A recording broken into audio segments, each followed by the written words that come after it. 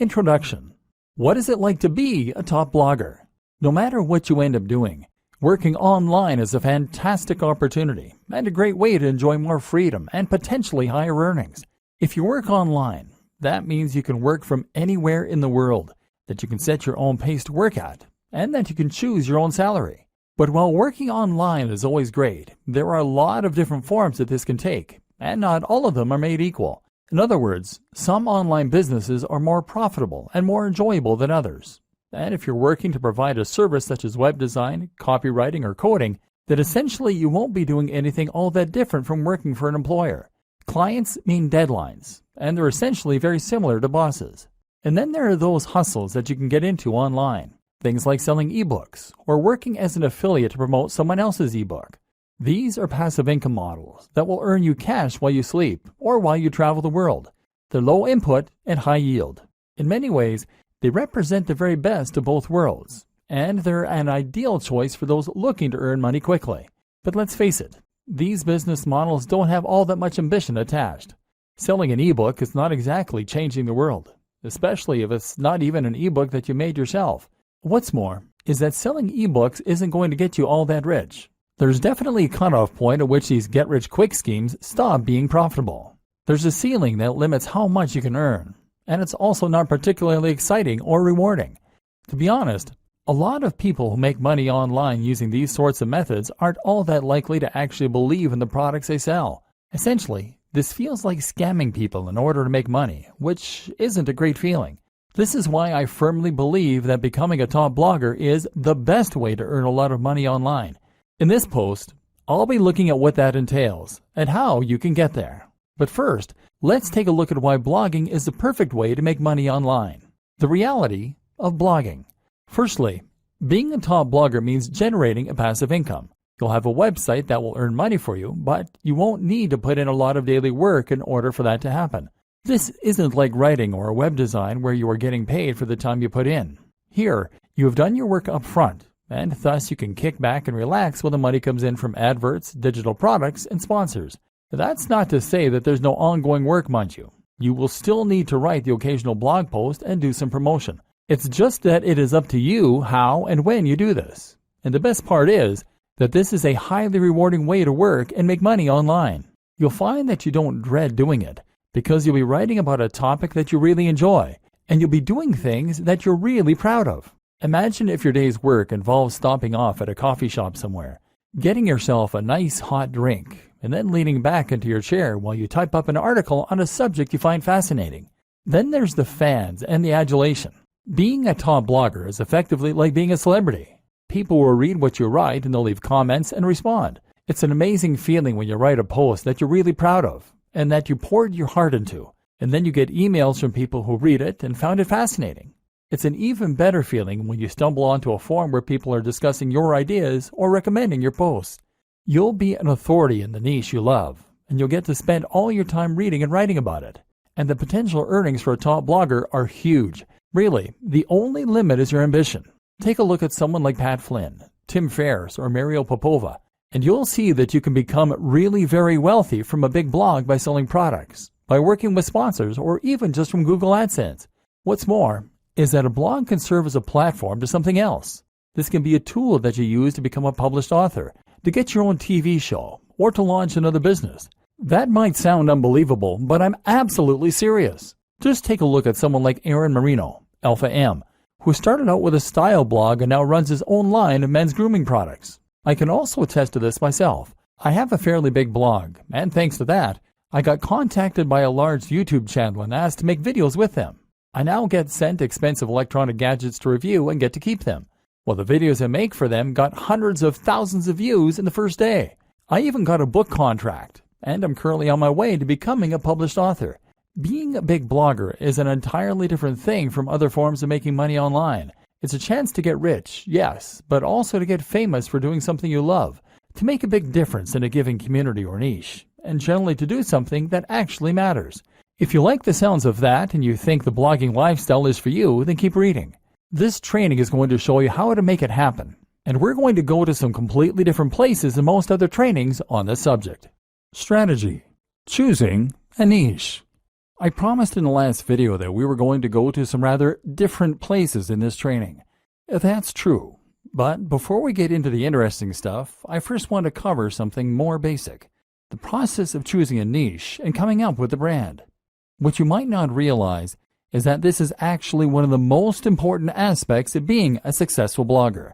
Your fate is sealed as soon as you choose a brand, or fail to, so it's very important to give this the time and the attention that it deserves. Choose your niche. First, you're going to choose your niche. Entire trainings have been created on how to do this, but I'm going to simplify the matter for you incredibly by saying this: the niche you pick should be the subject that you are most passionate about.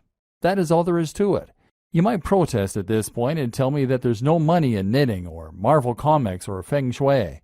Whatever you're into, you've probably been taught that the big money is in health and fitness, or it is in finance. Get that idea out of your head and focus on writing what you know and love.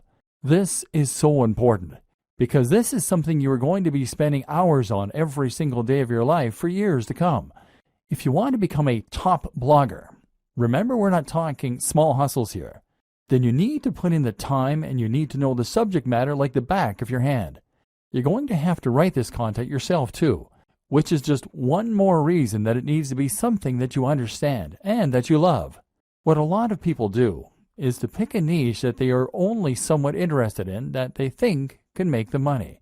Then they hire a writer to fill it with content and they wait for their site to grow. This never works. It might make you some money, but you will not become a top blogger. Why? Because this strategy isn't going to bring anything new to the table and won't have your personality. Let's say you're writing about fitness.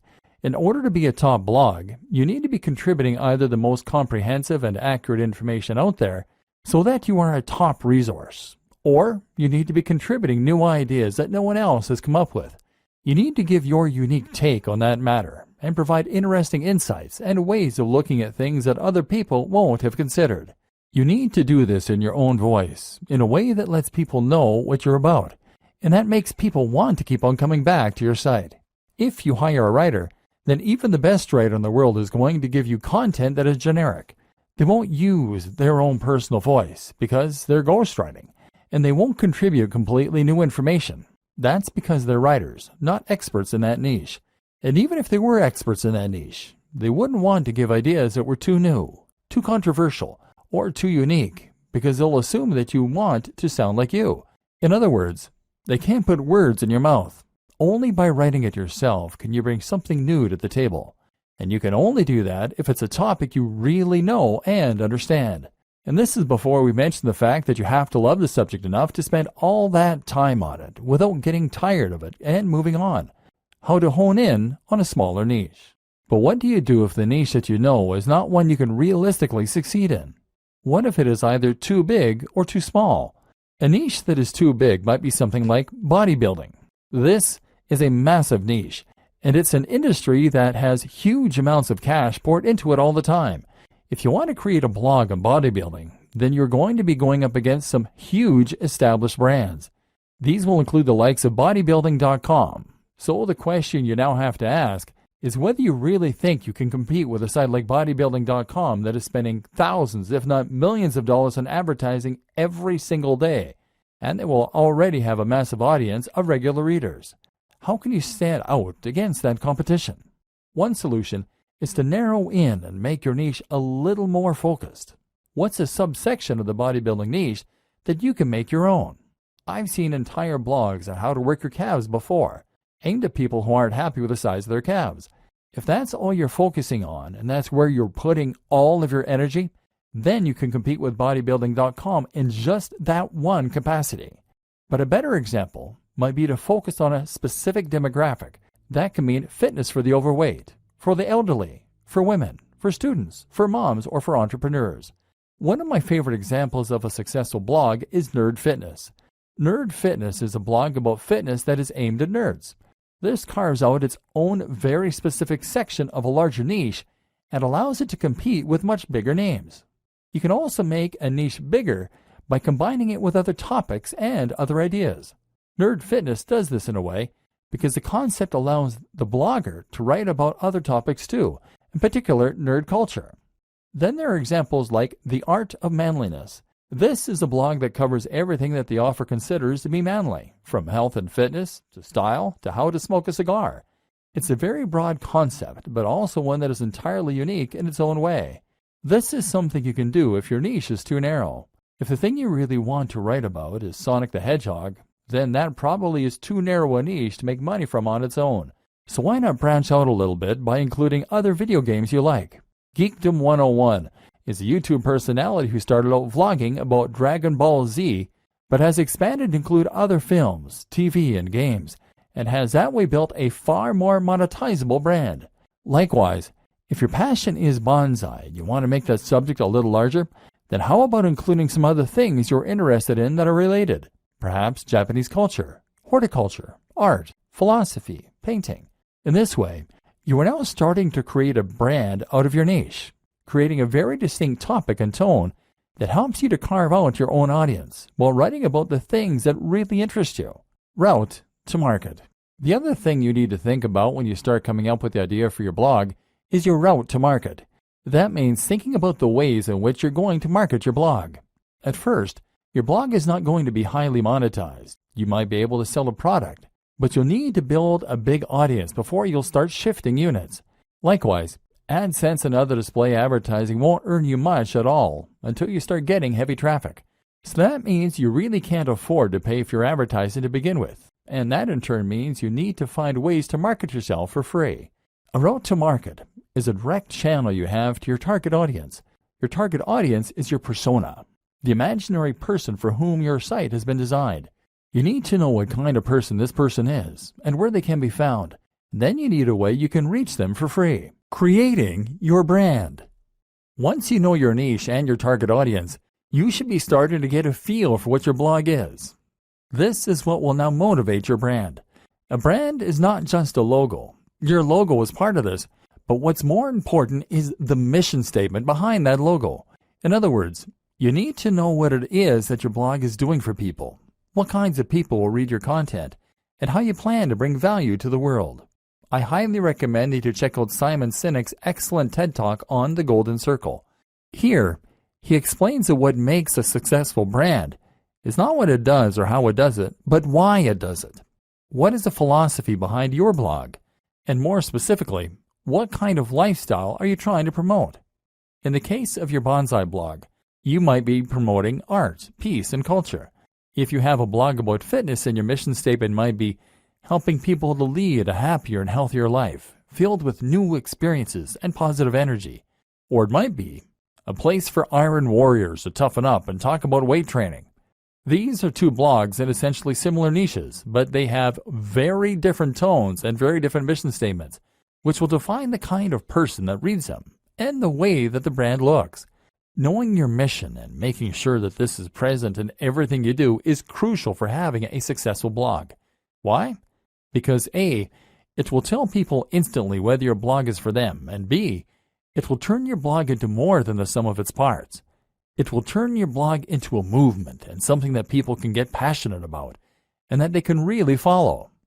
A note to consider at this point is that by creating your mission statement, you are going to be automatically alienating some of your potential visitors. Your blog can't appeal to everyone, and if it did, then it wouldn't be particularly interesting for anyone. Be prepared for this and embrace who you are and what you want to blog about. Don't try and appeal to everyone, or you will lose your edge and become generic. And in case you aren't convinced by what I've been saying up to this point in the training, I want you to stop and think about the top blogs that you read and the kinds of blogs that you would read. Chances are that each of them is promoting a lifestyle or a movement. Chances are that each of them is doing something interesting and new. Now imagine a blog called How to Get Fit that only ever posts articles with titles like Top 10 Pec Exercises or How to Lose Weight for Summer. Would you bother to read that?